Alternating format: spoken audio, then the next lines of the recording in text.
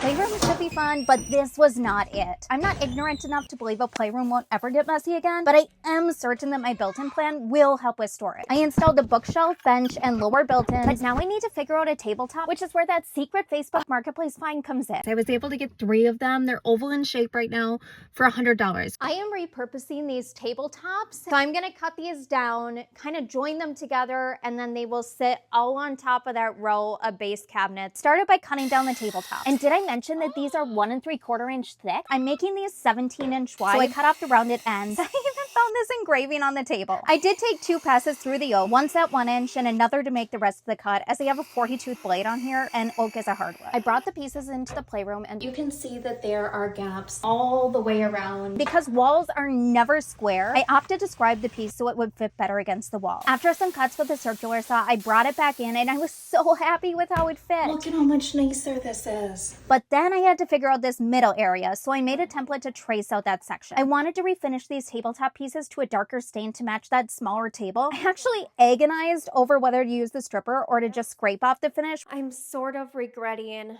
my idea. I'm a little nervous about how this stuff will strip off. And then I said those fateful words. I don't want it to become like this giant extra project that I have. I just need to commit at this point to doing it. I laid everything out and doused on the stripper and waited and tested and waited some more, and basically nothing happened. So I had to switch over to hand scraping the entire finish off, which was just as fast as this entire finished stripper debacle. This actually worked pretty well. So after sanding, I traced and cut out the middle section and then rounded over all the corners with a router. For finishing, I used my go-to stain, Dark Walnut by Verithane. I like to just spread it around and kind of work it into the wood. And if you haven't been following along to see this playroom makeover, just go ahead and hit that follow button. After that dried, I brought the pieces inside and applied a couple coats of polyurethane. And now I finally get to install the upper cabinets and see if my vision for this playroom makeover is actually going to look good.